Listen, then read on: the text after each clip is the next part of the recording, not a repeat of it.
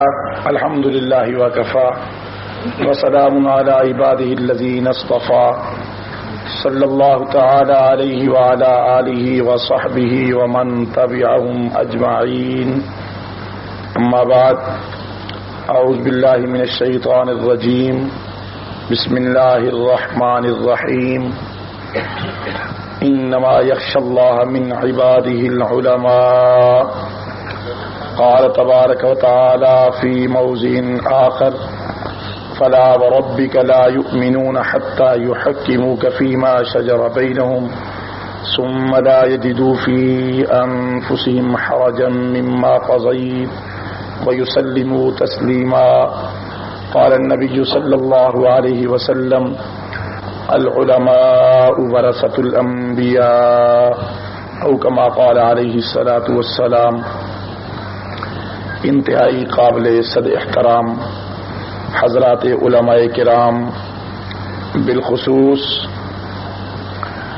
نہایتی واجب التکریم حضرت خلیفہ عبد القیوم صاحب مدظل العالی اور صوبہ سرحد کے کنوینر حاجی غلام مصطفیٰ صاحب، ڈاکٹر خالد نواز صاحب اور میزبان مکرم جناب قاری رسول زمان صاحب اور قابل سب تکریم جناب حضرت علی صاحب اور بہت ہی احترام کے قابل مولانا عین اللہ صاحب مدظل العالی اور قاری طاہر شاہ بخاری صاحب حافظہ اللہ تعالی، بھائی خلیل الرحمان عوام صاحب، آپ حضرات کا شکریہ ادا کرتا ہوں کہ آپ نے یہاں ہمیں عزت بخشی اور آج کے اس استقبالیے کا اہتمام کیا.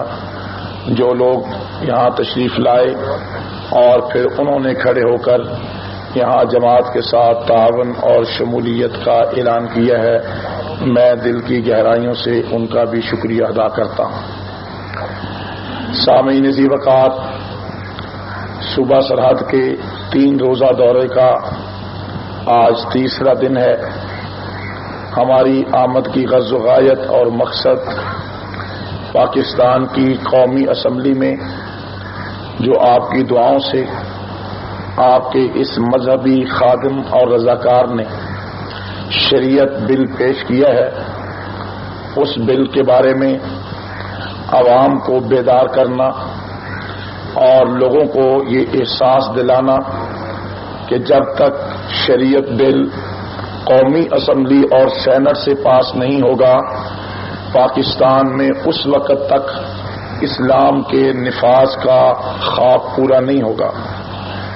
یہ اللہ تعالیٰ کی دین اور اللہ تعالیٰ کی خاص عنایت ہوتی ہے کہ وہ جس سے چاہے اپنے دین کی خدمت اور کام لے لے. پاکستان کی 56 سالہ تاریخ میں پہلی مرتبہ قومی اسمبلی میں شریعت بل پیش کیا گیا ہے. اس سے پہلے سینٹ میں تو پیش ہوا تھا مگر قومی اسمبلی میں نہیں ہوا تھا. الحمدللہ ثم الحمدللہ، یہ سعادت ملت اسلامیہ کو کھاتے میں آئی ہے اور اللہ تعالیٰ نے ملت اسلامیہ کو یہ عزت بخشی ہے کہ اس کے ممبر قومی اسمبلی نے پاکستان میں شریعت بل باضابطہ اسمبلی میں پیش کر دیا ہے. اور یہ بات بھی آپ کے ذہن میں رہنی چاہیے کہ شریعت مطہرہ کا نفاذ صرف نعروں سے، صرف جلسے اور جلوسوں سے اور صرف بلند و باغ دعووں سے نہیں ہوگا. جب تک ہم انگریز کے کالے قانون کو اس کی جڑوں سے اکھاڑ کر باہر نہیں پھینکیں گے، جب تک ہم آئینی اداروں میں رہ کر، آئینی اداروں میں بیٹھ کر اپنی جد و جہد کو کامیابی سے ہم کنار نہیں کریں گے، اس وقت تک ہم اپنے مقصد میں پورا نہیں ہو سکتے. کچھ باتیں یہاں مجھ سے قبل فرمائی گئی ہیں، میں ان کی وضاحت بھی ضروری سمجھتا ہوں. جہاں تک ظفر اللہ خان جمالی کو ووٹ دینے کی بات ہے، یہ پاکستان میں پہلا موقع تھا کہ وزارت عظمیٰ کے امیدوار 2 نہیں 3 تھے، ورنہ عام طور پر 2 امیدوار ہوتے ہیں، جس کا معنی یہ ہوتا ہے یا یہ جیتے گا یا وہ جیتے گا. لیکن اس وقت امیدوار 3 تھے اور 3 امیدواروں میں 2 امیدوار ایسے تھے جنہیں کم از کم 90 ووٹ کامیابی کے لیے چاہیے تھے. مزید 90 ووٹ اور ملیں تب وہ وزارت عظمیٰ کا الیکشن جیتنے میں کامیاب ہو سکتے تھے، جبکہ میر ظفر اللہ خان جمالی کو صرف 1 ووٹ درکار تھا اور یہ بات طے ہو چکی تھی اگر ظفر اللہ خان جمالی بھی الیکشن نہ جیت سکتا اور وہ وزیر اعظم نہ بنتا، اسمبلیاں ٹوٹ جاتی، ہر کوئی اپنے گھروں میں واپس چلا جاتا، اور خاص طور پر علماء کرام کو جو بڑی کامیابی حاصل ہوئی ہے اور صوبوں میں ان کی حکومت بنی ہے، مرکز میں ان کی بہت بڑی تعداد پہنچی ہے، اگر یہ اسمبلیاں ٹوٹ جاتی تو میں سمجھتا ہوں یہ دینی جماعتوں کو سب سے زیادہ نقصان ہوتا.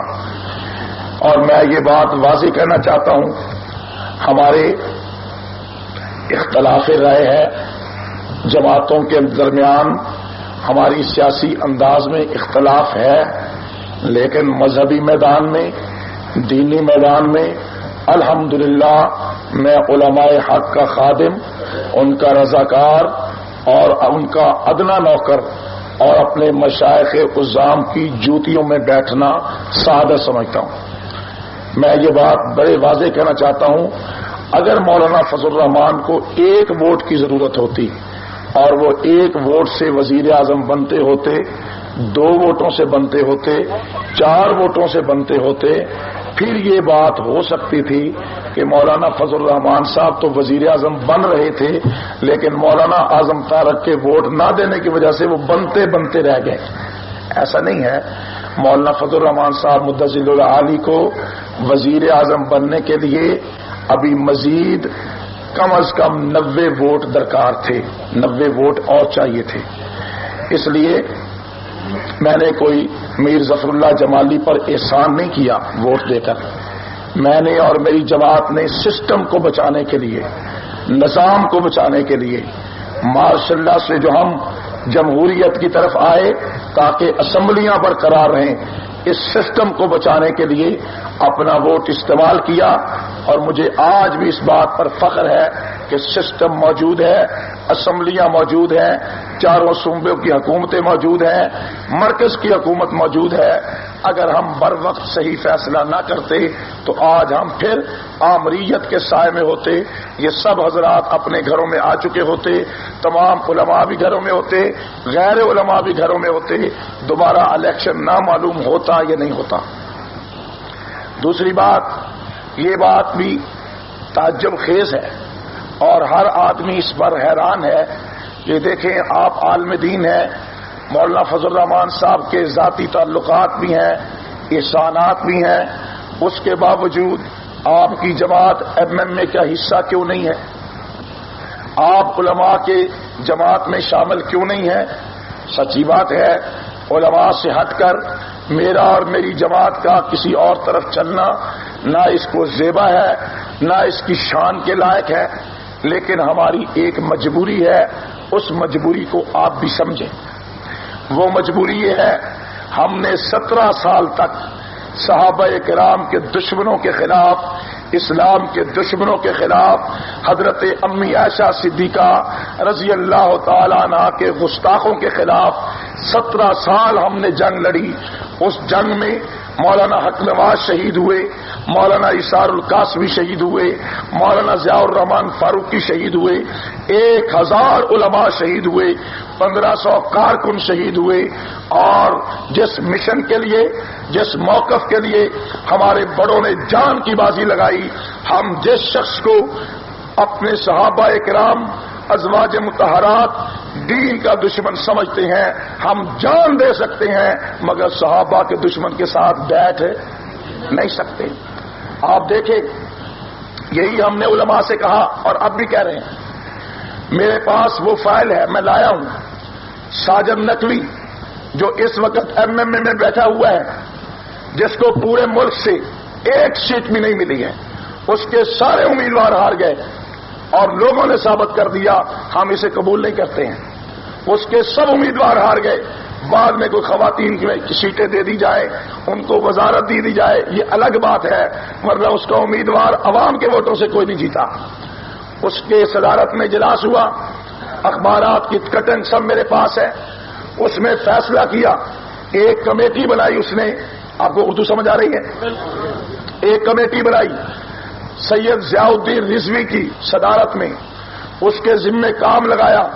اس کمیٹی نے کیا کام کیا کہ پاکستان کے کالجوں میں, پرائمری اسکولوں میں, ہائی اسکولوں میں جتنی کتابیں پڑھائی جاتی ہیں, پنجاب ٹیکسٹ بک بورڈ جو کتابیں سرکاری طور پہ چھاپتا ہے, ان کتابوں میں جہاں جہاں حضرت ابوبکر صدیق کا نام, حضرت عمر فاروق کا نام, حضرت عثمان غنی کا نام, حضرت معاویہ کا نام, حضرت عمر بن العاص کا نام, حضرت مغیرہ بن شعبہ کا نام, حضرت خالد بن ولید کا نام, حضرت امی عائشہ صدیقہ کا نام, حضرت حفصہ کا نام, حضرت فاطمہ کے علاوہ حضور کی باقی بیٹیوں کا نام, وہ سارے انہوں نے جمع کیے.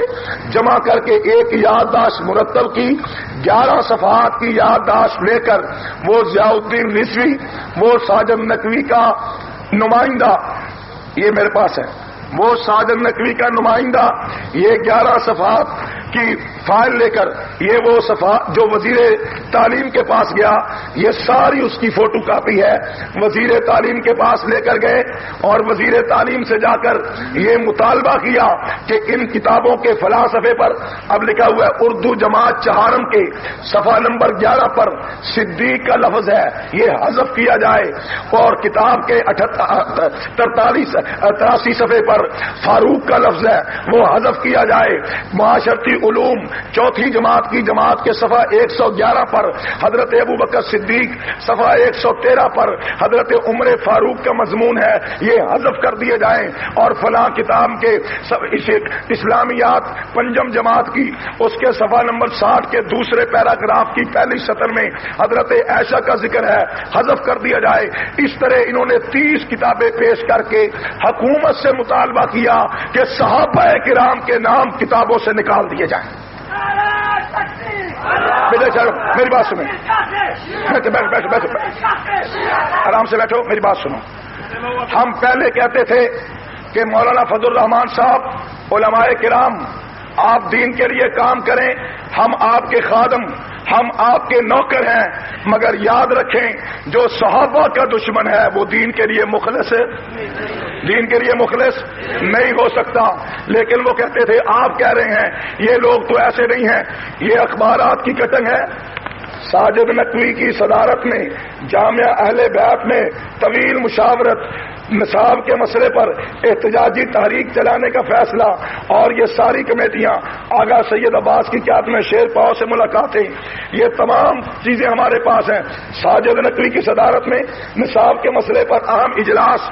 آج ساجد نقوی ان کی گود میں بیٹھ کر, خدا کی قسم مسلمانوں, 1400 سال میں کبھی کسی کو یہ جرت نہیں ہوئی کہ وہ اس وقت کی حکومت سے یہ مطالبہ کرے کہ کتابوں سے صحابہ کا نام نکالو.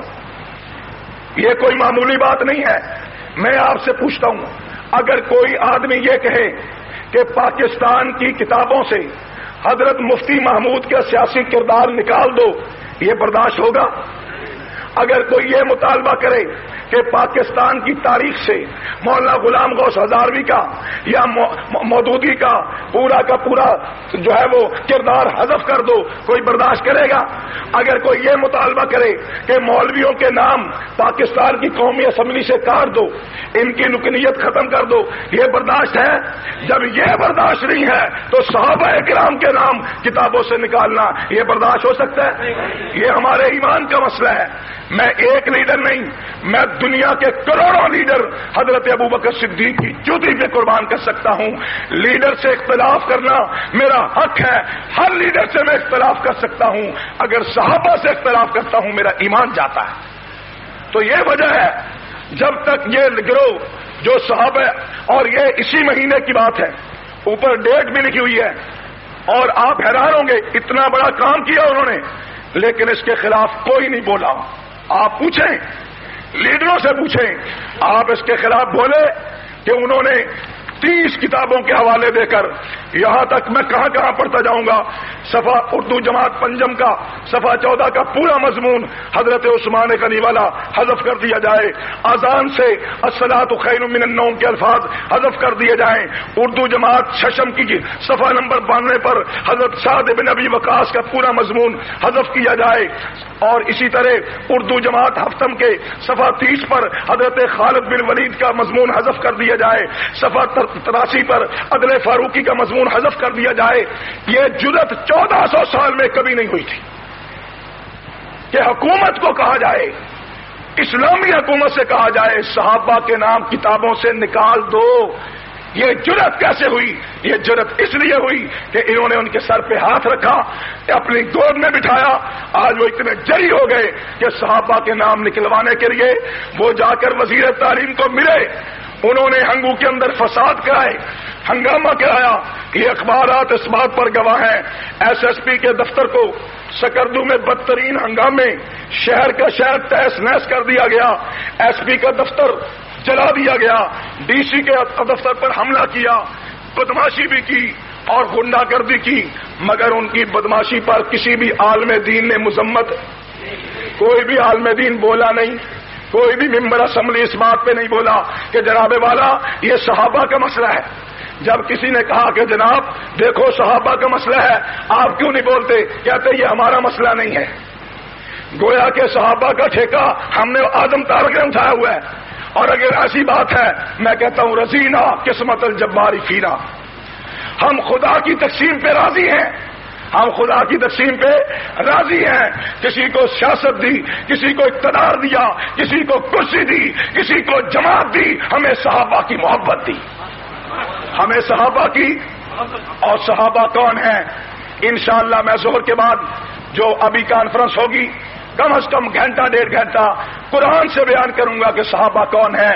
قرآن کہتا ہے ہم المومنون حقا، وہ پکے مومن ہیں، ہم الراشدون، وہ رشد و ہدایت کے مینارے ہیں، ہم الفائزون، وہ کامیابی پانے والے ہیں، ہم المتقون، وہ متقی پرہیزگار ہیں، اولئک حزب اللہ، وہ خدا کی فوج ہے، رضی اللہ عنہم ورضوا عنہ، خدا ان سے راضی، وہ خدا سے راضی ہیں، اولئک ہم خیر البریہ، وہ ساری دنیا سے اعلیٰ ہیں، اولئک ہم الصادقون، وہ سچے لوگ ہیں، اولئک ہم المفلحون، وہ کامیاب ہونے والے لوگ ہیں، اولئک ہم المہتدون، وہ ہدایت یافتہ لوگ ہیں۔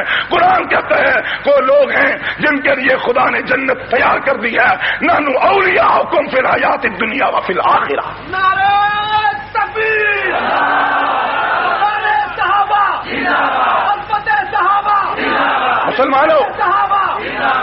قرآن کہتا ہے فَإِنْ آمَنُوا بِمِثْلِ مَا آمَنْتُمْ بِهِ فَقَدِ اهْتَدَوْا، اگر تم بھی صحابہ جیسا ایمان لاؤ گے تب ہدایت یافتہ بنو گے۔ وَالَّذِينَ اتَّبَعُوهُمْ بِإِحْسَانٍ، جو صحابہ کی اخلاص سے اتباع کرے گا خدا اس پر بھی راضی ہو جائے گا۔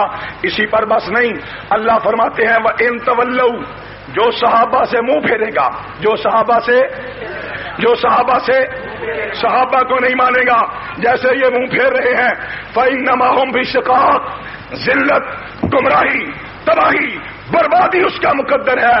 اور دوسری جگہ فرمایا وَمَن يُشَاقِقِ الرَّسُولَ مِن بَعْدِ مَا تَبَيَّنَ لَهُ الْهُدَىٰ وَيَتَّبِعْ غَيْرَ سَبِيلِ الْمُؤْمِنِينَ، جو صحابہ کا راستہ چھوڑ کر کسی اور راستے کی اتباع کرے گا نُوَلِّهِ مَا تَوَلَّىٰ وَنُصْلِهِ جَهَنَّمَ وَسَاءَتْ مَصِيرًا، صحابہ کا راستہ چھوڑنے والا جہنم میں جا سکتا ہے، ذلت و گمراہی کا شکار ہو سکتا ہے، مگر مسلمان کہلانے کا حقدار جنتی وہ نہیں ہو سکتا۔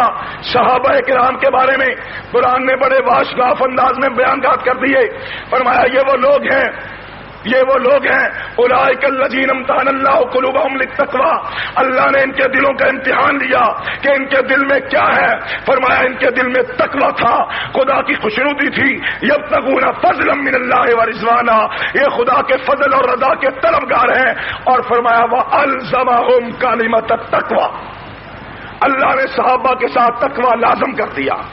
صحابہ کے ساتھ تقوی جیسے سورج کے ساتھ روشنی لازم، پھول کے ساتھ خوشبو لازم، برف کے ساتھ ٹھنڈک لازم، آگ کے ساتھ گرمی لازم، صحابہ کے ساتھ تقوی لازم، صحابہ کے ساتھ تقوی۔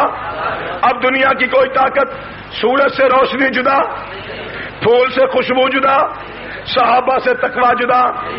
جائیں قرارداد لے کر جناب مشرف صاحب، جناب بش صاحب، سورج سے روشنی جدا کر دو. ان کی طاقت میں ہے کہ سورج سے روشنی جدا کر دیں؟ اگر سورج سے روشنی کوئی حکمران جدا نہیں کر سکتا تو یاد رکھو صحابہ سے تقویٰ کو، ایمان کو، ہدایت کو کوئی جدا نہیں کر سکتا. اور دوستو، پورا دین آج قرآن ہمارے پاس ہے، آپ کے گھر میں ہے، مسجد میں ہے، مدرسے میں ہے، لیکن آپ کو معلوم ہے یہ قرآن کتاب کی شکل میں حضور کے زمانے میں اس کو کتاب کی شکل کس نے دی؟ حضور سے ایک ایک حدیث سن کر اس کو سینے میں محفوظ کر کے امت تک کس نے پہنچایا؟ فرائض کو، واجبات کو، سنتوں کو، ذکر اذکار کو، رسول اللہ کی نشست برخاست کو، آپ کے سونے کو، جاگنے کو، آپ کے جہاد کو، آپ کے سفر کو امت کے سامنے کس نے بیان کیا؟ کس نے بیان کیا؟ اگر صحابہ ہیں تو دین ہے، اگر صحابہ پہ اعتماد ہے تو دین پہ اعتماد ہے، اگر صحابہ پہ اعتماد نہیں ہوگا تو پھر دین پہ اعتماد ہے. اور ہم کہتے ہیں، سب کہتے ہیں ہم خلفائے راشدین کا نظام لائیں گے، یہ سب کہتے ہیں، لیکن اس کے اندر انہوں نے لکھا کہ ابو بکر، عمر، عثمان کے بارے میں یہ لکھا ہے معاشرتی علوم کی جماعت ہفتم کی کتاب، اس کے صفحہ 12، 13، 14 پر خلفائے راشدین، خلفائے اسلام، خصوصاً خلیفہ دوم کے الفاظ حذف کیے جائیں. جو لوگ خلفائے راشدین کا نام برداشت نہیں کرتے، جو لوگ خلفائے اسلام کا نام برداشت نہیں کرتے، وہ اسلام کے لیے مخلص ہو سکتے ہیں؟ اس لیے اگر کوئی کہتا ہے آپ وہاں کیوں نہیں، میں اس لیے وہاں نہیں کہ جہاں صحابہ کا دشمن ہوگا میں اکیلا تنہا جیلے کاٹ سکتا ہوں، مگر صحابہ کے دشمن کے ساتھ کھڑا کیوں بھائی؟ اس لیے المرء مع من احبا، آدمی قیامت کے دن اسی کے ساتھ اٹھے گا جس کے ساتھ دوستی رکھتا ہے. ہماری محبت حضور کے صحابہ سے ہے، حضور کے اہل بیت سے ہے، ہماری محبت ذات رسول سے ہے. اگر ہمیں سچی محبت حضور سے ہے، آپ بتلائیں جس کے دل میں حضور کی محبت ہے وہ قادیانیوں کے ساتھ بیٹھ سکتا ہے؟ وہ قادیانیوں کو اپنے ساتھ بٹھا سکتا ہے؟ جس کے دل میں حضور کا عشق ہے وہ قادیانیوں سے محبت نہیں کرتا، جس کے دل میں صحابہ کا عشق ہے وہ صحابہ کے دشمنوں سے بھی محبت ہے. ایک بات. دوسری بات، آپ نے دیکھا کہ اس وقت پاکستان میں قومی اسمبلی میں جیسے پہلے کہا گیا ایک LFO کا مسئلہ چل رہا ہے، مجھے اس پر اب کہنے کی ضرورت نہیں، معاملات طے پا چکے ہیں، حکومت کے ساتھ معاملات طے پا چکے ہیں. لیکن ایک بات ضرور کہہ دوں، 7 نکاتی فارمولہ مسلم لیگ کاف اور MMA کے درمیان میں طے ہو چکا ہے. ایک بات کہہ رہا ہوں، اس 7 نکاتی فارمولے میں اسلام کی کوئی بات نہیں ہے، یہ بات سمجھ لو. اس 7 نکاتی فارمولے میں اسلام کی کوئی بات نہیں ہے. کیا ہے؟ کل اگر فارمولہ طے ہو جائے MMA حکومت سے یہ نہیں کہہ سکتی اسلام نافذ کرو، وہ کہیں گے آپ کے 7 نکات میں اسلام کی بات ہی نہیں ہے، فلاں اختیار فلاں کو دے دو، اسمبلی نہیں ٹوٹنی چاہیے، صدر وزیر اعظم کے اختیار یہ ہونا چاہیے، بلدیاتی سسٹم، پولیس کا سسٹم جو ہے وہ 5 سال کے بعد ختم ہو جائے، یا ججوں کی مدت میں توسیع کر دی جائے، یا وردی جو ہے اتارنے کی تاریخ فلاں فلاں رکھ دی جائے. یہ ساری باتیں تو ہیں مگر اسلام کی کوئی بات نہیں ہے. ہم نے جو معاہدہ کیا تھا ظفر اللہ خان جمالی کے ساتھ، اس میں پہلی بات یہ تھی ہم تمہارے ساتھ تب چلیں گے جب آپ اسلام کے لیے آپ ہمارا ساتھ دیں گے. چنانچہ یہی ہوا. پھر میں نے قومی اسمبلی میں شریعت بل پیش کیا اور مسلم لیگ حکومت کے تمام MNA بیٹھے تھے، سرکاری اجلاس تھا، وزیر اعظم موجود تھا، چودھری شجاعت موجود تھا.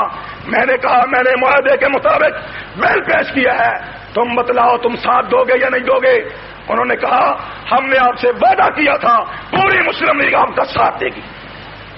اس لیے میں نہیں کسی سے لڑتا، لیکن میں اتنا ضرور کہتا ہوں کہ بل اسمبلی میں آ چکا ہے، اب ہمیں کسی اور چیز کی ضرورت نہیں ہے. میں تو یہاں تک کہتا ہوں LFO کا مسئلہ اتنا اہم نہیں ہے. LFO کیا کہتا ہے؟ صدر کے اختیار وزیر اعظم کو دے دو، وزیر کے صدر کو دے دو. میں کہتا ہوں چھوڑو، اختیار نہ صدر کو ملنا چاہیے نہ وزیر اعظم کو ملنا چاہیے. شریعت کہتی ہے اختیار خدا کے پاس ہے، اختیار خدا نے جو اپنے رسول کو دیا ہے اختیار شریعت کے پاس ہے.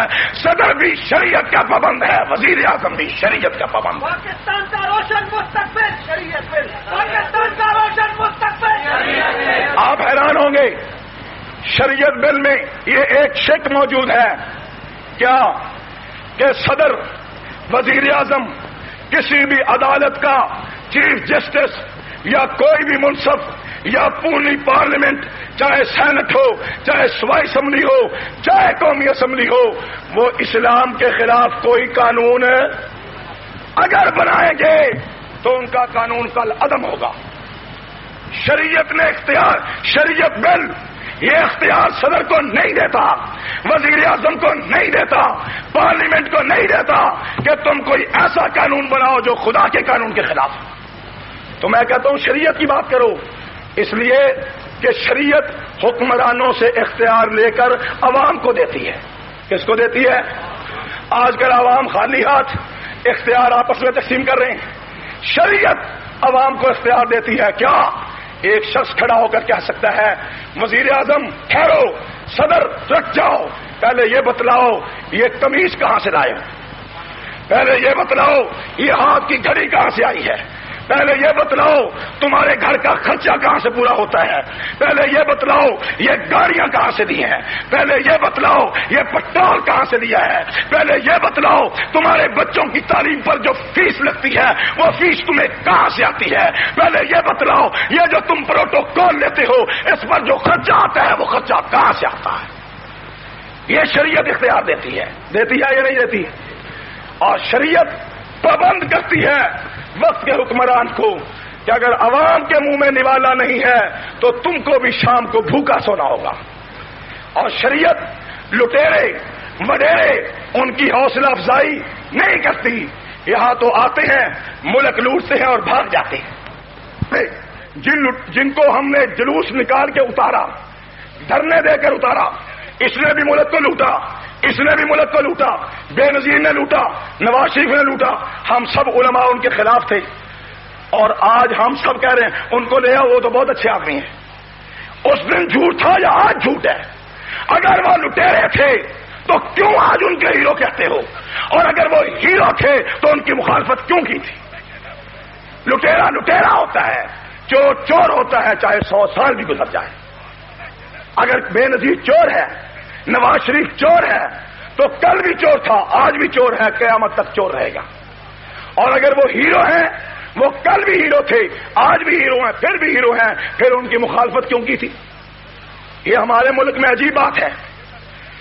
وقت گزرنے کے ساتھ زیرو ہیرو بن جاتے ہیں، لٹیرے ہیرو بن جاتے ہیں، ملک لوٹنے والے ہیرو بن جاتے ہیں. ہم ایک ہی بات کہتے ہیں، ہیرو وہی ہے جس کا دامن صاف ہے، ہیرو وہی ہے جس کے گلے کے نیچے مال حرام نہیں اترا، جو پرمٹ پلاٹ اور خزانہ لوٹنے کی سیاست نہیں کرتا. وہ ہیرو ہے، چاہے عوام کی نظروں میں زیرو ہو، خدا اور اس کے رسول کی نظر میں ہیرو ہے. دوستو، ہماری سیاست دین کے تابع ہے. ہم اپنی سیاست کو دین کے تابع رکھنے والے ہیں. ہم دین سے ادھر ادھر ہٹ کر سیاست کرنے کے قائل نہیں ہیں. انشاءاللہ نماز کے بعد تفصیلی گفتگو آپ حضرات کے سامنے شریعت بل پر، ناموس صحابہ پر، پاکستان میں جو انداز سیاست ہے اس عنوان پر تفصیلی گفتگو ہوگی. اللہ ہمارا حامی و ناصر ہو. اب میں حضرت خلیفہ عبد القیوم صاحب کو دعوت دوں گا وہ تشریف لائیں اور اپنی مبارک دعا کے الفاظ سے آج کی اس نشست کو ختم فرمائیں. وآخر دعوانا الحمدللہ رب العالمین.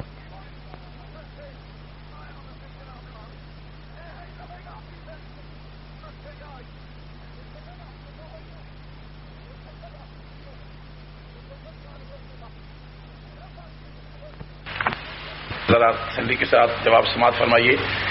پہلی بات کہ جمالی پرویز مشرف کا ایجنٹ ہے، اور آگے انہوں نے نہیں فرمایا، میں کہہ دیتا ہوں وہ یہودیوں کا ایجنٹ ہے، امریکہ کا ایجنٹ ہے، وغیرہ وغیرہ. جی ہاں، یہ وہی ہیں جن کے ساتھ 1.25 مہینہ تک MMA مذاکرات کرتی رہی حکومت بنانے کے لیے.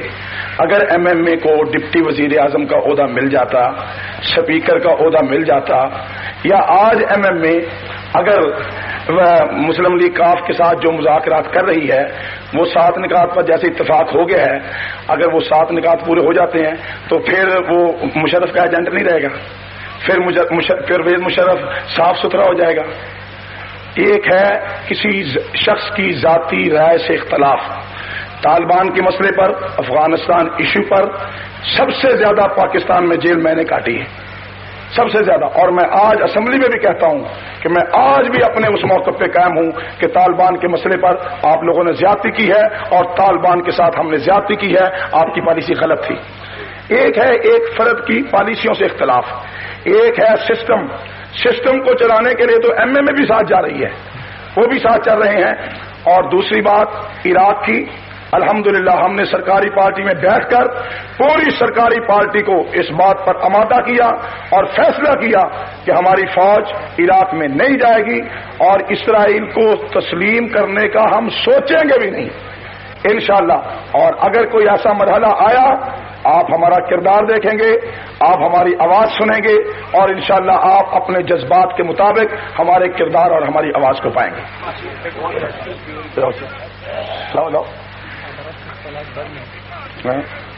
پہلے جماعت کا نام سپاہ صحابہ تھا, اب اس کا نام ملت اسلامیہ رکھا ہے. اگر آپ صحابہ سے محبت رکھا تو اس کا نام تبدیل نہ کرے گا. بات یہ ہے سپاہ صحابہ اور 7 جماعتوں پر پابندی لگی. پابندی لگنے کے بعد اس جماعت کا نام استعمال کرنا وکلاء بیٹھے ہیں, قانون جرم تھا. ہم نہ اس جماعت کے تحت کوئی جلسہ کر سکتے, نہ پروگرام کر سکتے, نہ کوئی اس جماعت کے ساتھ نظم قائم کر سکتے ہیں. اور آپ دیکھیں باقی بھی جماعتیں ہیں ان پر بھی پابندی لگی, انہوں نے پھر پابندی توڑی ہے. پابندی کس نے؟ لیکن وحد ہماری جماعت ہے کہ ہم نے اس پابندی کو سپریم کورٹ میں چیلنج کیا ہے, صرف ہم نے کہ ہماری جماعت پر غلط پابندی لگی ہے, ہماری جماعت کو بحال کیا جائے. اور انشاءاللہ ہم جو عدالت میں گئے ہیں تو سپاہ صحابہ کو بحال کرائیں گے تاکہ حکومت کا یہ غلط اور پرویز مشرف کا یہ جو غلط پابندی کا سلسلہ تھا یہ عدالت کے ذریعے ختم کرائیں. لیکن یہ عبوری دور جس میں ہم نے دیکھا کہ عدالتوں کے فیصلے میں تاخیر 1.5 سال ہو گئی, کیا ہم مزید انتظار کریں؟ تو ملت اسلامیہ ایک سیاسی جماعت پلیٹ فارم اختیار کیا گیا ہے, مذہبی پلیٹ فارم. اب بھی سپاہ صحابہ ہوگا, جیسے ہی سپاہ صحابہ جو ہے وہ اس پر پابندی ختم ہوگی تو قانونی رکاوٹ کی وجہ سے سپاہ صحابہ کے متبادل پلیٹ فارم استعمال کیا گیا ہے. شوق سے مرضی سے ایسا نہیں ہوا. آج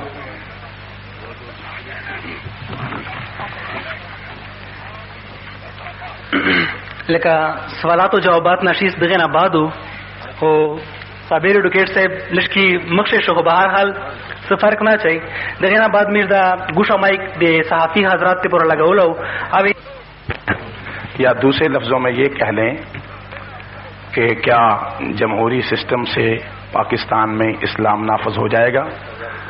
یہ بات بالکل بجا ہے اور ہم بھی یہ سمجھتے ہیں کہ پاکستان میں اسلامی نظام کا نفاذ اس وقت ہی احسن انداز میں اور مؤثر انداز میں ہوگا جب پاکستانی قوم بغیر جبر کے, بغیر ووٹ کی پرچی کے ایک صالح قیادت کے ہاتھ پہ بیعت کر کے پھر اس کے پیچھے چل پڑیں گے تو انشاءاللہ العزیز پاکستان میں کیا بلکہ پوری دنیا میں غلبہ اسلام کا راستہ ہموار ہو جائے گا.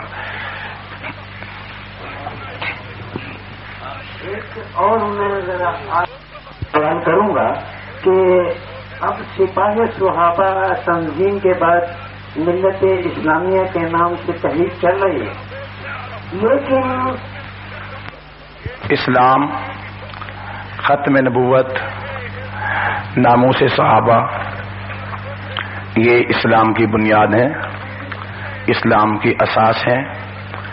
حق بات پر اگر ساری دنیا بھی ساتھ دے تب بھی کام کرنا ہے.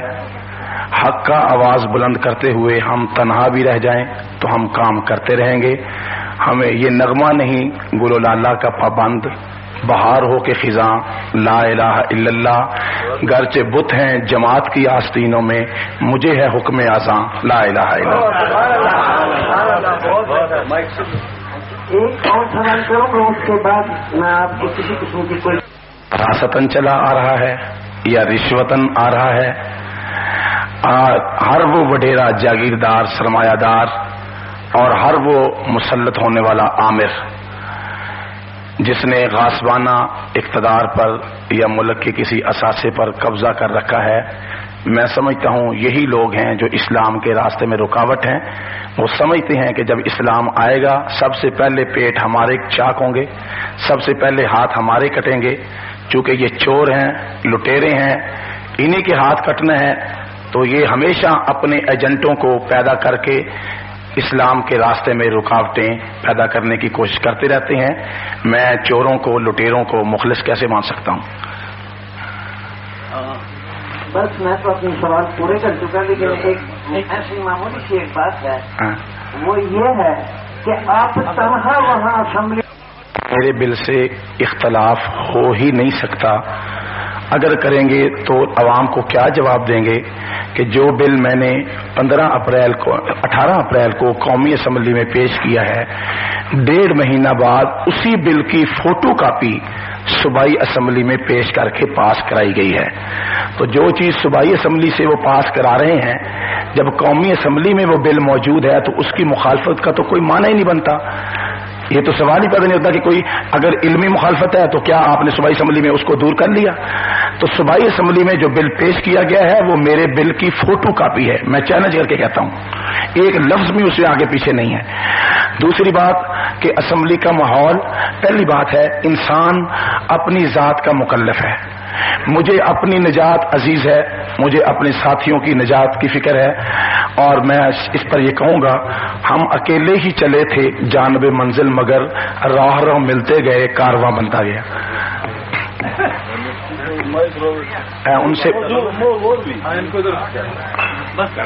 ان سے اور وزیر شمالی علاقہ جات سے اور کابینہ کے ذمہ داروں سے میں تو اسمبلی میں بات تب اٹھاتا اگر میری بات مؤثر نہ ہوتی۔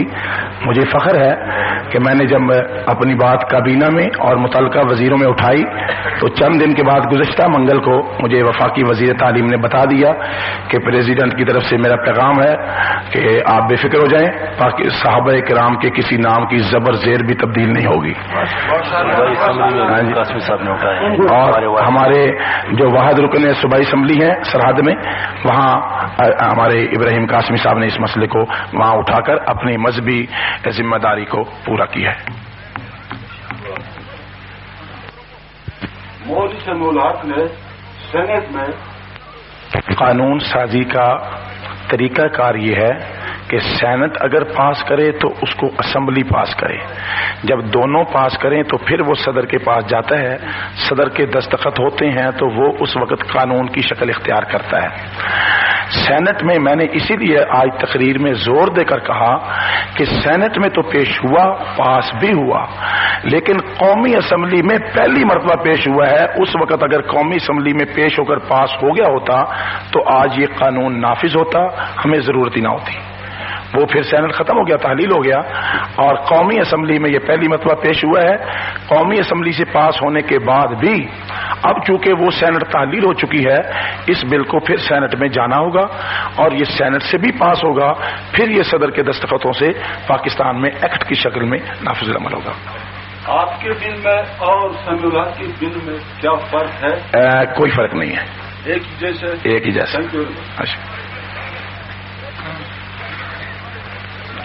پوچھ لیں۔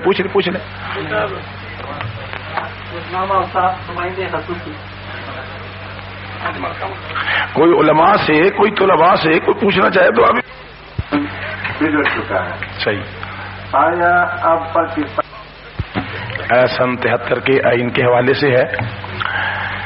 73 کے آئین کے ایکٹ دفعہ 6 میں آئین کے تحفظ کی ضمانت دیتے ہوئے جمہوریت کی سلامتی کو یقینی بناتے ہوئے مارش اللہ کا راستہ اور روکتے ہوئے یہ تحریر کیا گیا تھا کہ جو آئین کو معطل کرنے کی وائلیشن کرے گا یا کوشش کرے گا اس کی سزا کم از کم موت ہے۔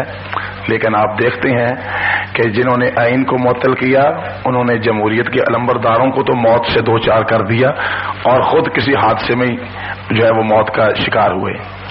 اور 11 سال انہوں نے اس آئین کو پاؤں کے نیچے دبایا، اور اس سے پہلے ایوب خان تو چلو 73 سے پہلے تھے، پھر اب بھی 4 سال ہو چکے ہیں۔ یہ آئین اگر بحال رہتا تو 1983 میں پاکستان خود بخود ایک اسلامی عملاً اسٹیٹ بن گیا ہوتا، کیونکہ 73 کے آئین میں اس کی ضمانت دی گئی تھی۔ میں آج بھی کہتا ہوں کہ چاہے 73 کا آئین ہو، چاہے اس میں بعد میں ترمیمات ہوں، چاہے آگے چل کر کسی وقت بھی قوم ایک متفقہ دوبارہ آئین کو ایک شکل دے دے، ترتیب دے دے، یہ ضرور ہونا چاہیے کہ آئین کے تحفظ کی ضمانت کے لیے ایک شک ہونی چاہیے، لیکن اس شک پر عمل درآمد تو کرانا ہوتا ہے پاور نے، طاقت نے۔ فیصلے کی طاقت سپریم کورٹ کے پاس ہوتی ہے، عمل کرانے کی طاقت حقیقتاً فوج کے پاس ہوتی ہے۔ تو جب ہماری عدالتیں ہی اس کے حق میں فیصلہ نہ دیں، بلکہ وہ انہوں نے ایک نیا جو ایشو اٹھا دیا ہوتا ہے کہ جناب نہیں ایشو نہیں، وہ کیا ہے مصلحت کو اس طرح کو لفظ میں ذہن سے نکل، ہاں نظریہ ضرورت، یہ نظریہ ضرورت نے اس شیک نمبر 5 کو حقیقتاً جو ہے وہ بہت بالکل ہی قلعدم کر کے رکھ دیا۔ اگر ہماری عدالتیں نظریہ ضرورت سے ہٹ کر فیصلے دیتی تو شاید آج کسی کو آئین معطل کرنے کی جرت نہ ہوتی۔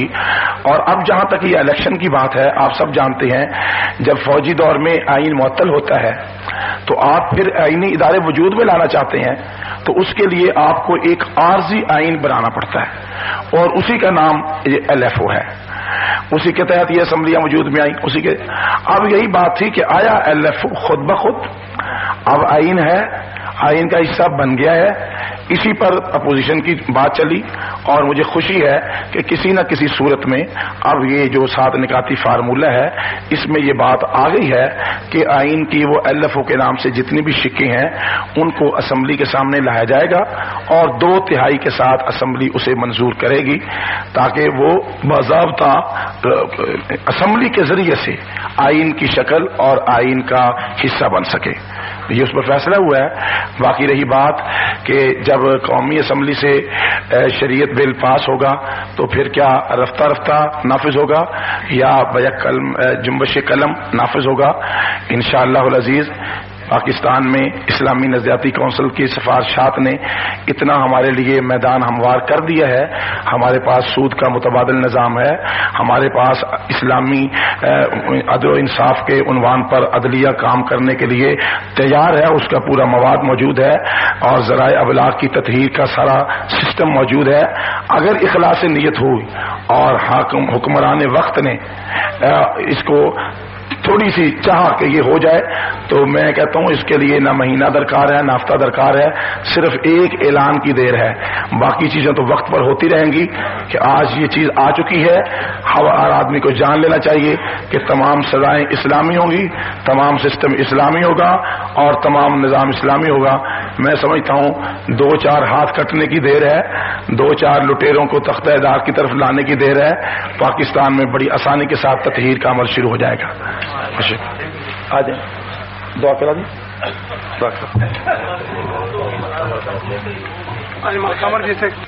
اسلامی حکومت قائم کرنے کی بھی وہاں ضرورت ہے جہاں کافروں کی حکومت ہو، تو پھر ہندوستان میں جا کر سیاست کریں، پاکستان میں سیاست کرنے کی کیا ضرورت ہے؟ اور ان سے کہیں کہ تبلیغ کرنے کی بھی کافروں کو ضرورت ہے، مسلمانوں کو کیا ضرورت ہے؟ تو تبلیغی جماعتوں کو بھی باہر ملک بھیج دیں، پاکستان کو خالی کرا دیں۔ میرا نام حافظ ثناء اللہ ہے، کوارٹر میرا تعلق ہے۔ میرا ایک سوال ہے، جب مدعی مجلس سے بنی سپاہی صاحبہ کو اس نے علیحدہ رکھا، کوئی بھی احتیاط کے لیے تیار نہیں تھا اس وقت کرنا ہے۔ سوال یہ ہے کہ اب کئی امیدوار ہیں، ہمارا اپنا امیدوار تو تھا نہیں، بلکہ ہماری تو جماعتی عدم تھی۔ تو اب یہ ہوتا ہے کہ جو امیدوار کھڑے ہوئے ہیں، کون سا امیدوار آپ کو ضمانت مہیا کرتا ہے؟ چلو آ جائیں، یہ تو بہت اچھی بات۔ ہاں، ہمارے ان کے ساتھ باقاعدہ تحریری معاہدہ ہوا، جس شرط پہ ہم نے اس کو ووٹ دیا، تحریری طور پر اس نے یہ الفاظ ہمیں لکھ کر دیے۔ ہم نے کہا کہ آپ کفر کے بارے میں ہمیں لکھ کر دیں، زبانی باتوں سے آپ منکر ہو جاتے ہیں۔ اس نے تحریری طور پر لکھ کر دیا ہے عظمت صحابہ اور شرافت صحابہ جو قرآن شریف کی جو 931 سے ثابت ہیں، اس کا جو بھی منکر ہے وہ کافر ہے. لکھنے کے بعد پھر ہم نے اس کی حمایت کی، اور ہم نے وہاں پر اسٹیج پر کہا کہ پہلے ڈیرہ اسماعیل خان کا شیعہ مسلمان ہو کے مولانا فضل الرحمان عطا الرحمان کو ووٹ دے رہے تھے، اب وہ کافر بن کر مولانا فضل الرحمان عطا الرحمان کو ووٹ دیں گے کیونکہ انہوں نے لکھ کر دیا ہمیں.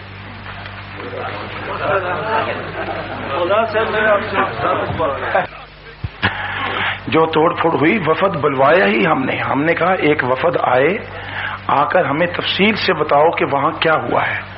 اخبارات میں حکومت نے صحیح بات نہیں آنے دی تھی، وفد بلوایا ہی ہم نے. مولانا نظیم صاحب ہمارے کنوینئر ہیں وہاں پورے شمالی علاقہ جات کے، ان کو میں نے بلوایا، وہ اپنے علماء کا وفد ساتھ لائے. وفد بلوایا ہی ہم نے. مولانا نظیم صاحب ہمارے کنوینئر ہیں وہاں پورے شمالی علاقہ جات کے، ان کو میں نے بلوایا، وہ اپنے علماء کا وفد ساتھ لائے. وفد بلوایا ہی ہم نے کہ ہمیں تفصیلات بتاؤ. اس وفد نے آ کر ہمیں تفصیلات بتائیں. اس کے بعد پھر ہم نے کابینہ کے سامنے، حکومت کے سامنے بات رکھی. ایک تو مسئلہ حل ہوا یہ صحابہ کرام کے ناموں والا. دوسرے میں نے کہا کہ جو ہمارے املاک کو نقصان ہوا ہے صرف اتنا نہیں، اس سے پہلے جو زلزلہ کے اپنے زد میں آئے ہیں ہمارے مسلمان، ان کا بڑا نقصان ہوا ہے، وہ بھی مسئلہ تھا، ان کو بھی بلوایا. اس کو بھی میں نے کہا اس کی انکوائری لگوائی ہے، متعلقہ آدمی گرفتار کیے جائیں، اور جو لیڈرشپ ہے ان کے اوپر مقدمہ کیا جائے اور ان کو جیلوں میں ڈالا جائے. ہمارا جو نقصان ہوا ہے وہ بھرا جائے اور آئندہ جان و مال کے تحفظ کی ضمانت دی جائے. بہت بہت شکریہ. قتل کی بات ہے، میں ایک بات بڑے واضح کہتا ہوں، ہماری شیعہ سنی اختلاف بنیادی اصولی اساسی ہے. سعودی عرب میں ہے، خود ایران میں بہت زیادہ ہے. وہاں تو وزیر اپنے نواز شریف کے ساتھ جب ایک وفد گیا تو اس میں صدیق الفاروق اس کا پریس سیکرٹری تھا، تو انہوں نے صدیق الفاروق کو نہ کار دی نہ ہاسٹل دیا. انہوں نے کہا اس کا نام صدیق بھی ہے، اوپر سے فاروق بھی ہے. وہ اتنا ہنگامہ ہو گیا کہ نواز شریف نے تمام صحافیوں سے کہا کہ پاکستان میں جا کر یہ بات بیان نہ کرنا. وہاں 35% سنی ہے، اس کے باوجود وہاں جھگڑا نہیں ہوتا. سعودی عرب میں بہت سارے علاقے شیعوں کے جھگڑا نہیں ہوتا. پاکستان میں جو جھگڑا ہوتا ہے اور قتل و غارت گری ہوتی ہے، اس میں خاص طور پر ہمارے پڑوسی ممالک انڈیا اور لابیاں بین الاقوامی اس میں شامل ہوتی ہیں اور وہ چنگاری ڈالتی ہیں، اور پھر یا یہ ہوتا ہے کہ قانون کا مؤثر نفاذ نہیں ہوتا. ہمیں موجودہ حکومت نے اس بات کی ضمانت یقین دہانی کرائی کہ آپ جہاں کہیں بتائیں گے کہ اس طرح ہوئی ہے، ہم فوراً، چنانچہ اس کا نتیجہ یہ ہوا کہ جہاں جہاں ایسی کوئی بات ہوئی ہم نے فوراً FIR کٹوائی، آدمی کی گرفتاری عمل میں آئی، جذبات ٹھنڈے ہو گئے بر وقت. ہم یہی کہتے ہیں کہ پاکستان میں اگر مؤثر قانون سازی ہو جائے اور اس پر عمل درآمد ہونے لگ جائے تو پاکستان فسادات سے بچ سکتا ہے. اس لیے میں سمجھتا ہوں کہ اگر یہ فسادات رکے ہیں تو اس میں حکومت کی اس پالیسی کا بڑا حصہ ہے کہ جو پہلے یک طرفہ ہی ٹریفک چلا کرتے تھے، پوچھتے ہی نہیں تھے دوسرے کو، اب کم از کم یہ ہے کہ بات سنی جاتی ہے. یہ پہلا محرم ہے، کوئی گرفتاریاں نہیں ہوئی، ورنہ ہر محرم ہے کہ پکڑو دکڑو. پنجاب میں تو میں نے کہا کسی کو پکڑنے کی کوئی ضرورت نہیں ہے، میں ذمہ دار ہوں، کچھ بھی نہیں ہوگا. آپ خام خواہ پیچھے پڑ جاتے ہیں لوگوں کے. کوئٹہ کا اتنا واقعہ ہوا، وہیں جو لوگ ہمارے پکڑے گئے بے گناہ ہو کر آج گھروں میں آ چکے ہیں، ورنہ پکڑ کر پولیس مقابلے میں پار کر دیے، ایک نئی فضا بنا دی جاتی تھی. تو میں سمجھتا ہوں اگر انصاف اور تحمل سے حکومت کام لے تو معاملات بگڑنے سے بچ سکتے ہیں اور اشتعال اور تشدد کی فضا کو ٹھنڈا کیا جا سکتا ہے.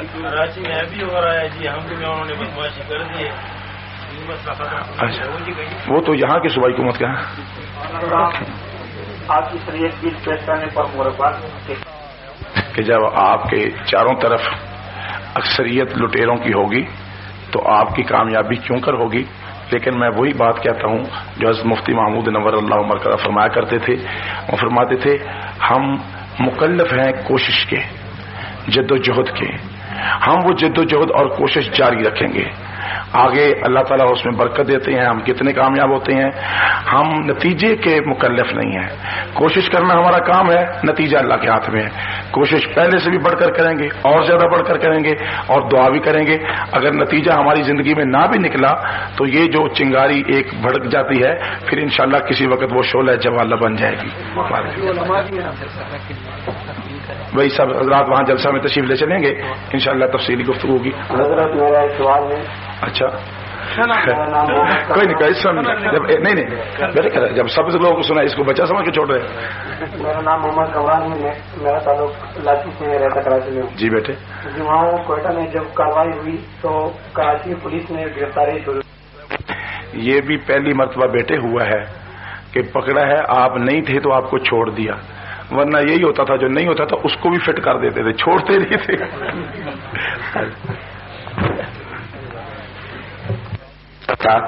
شریعت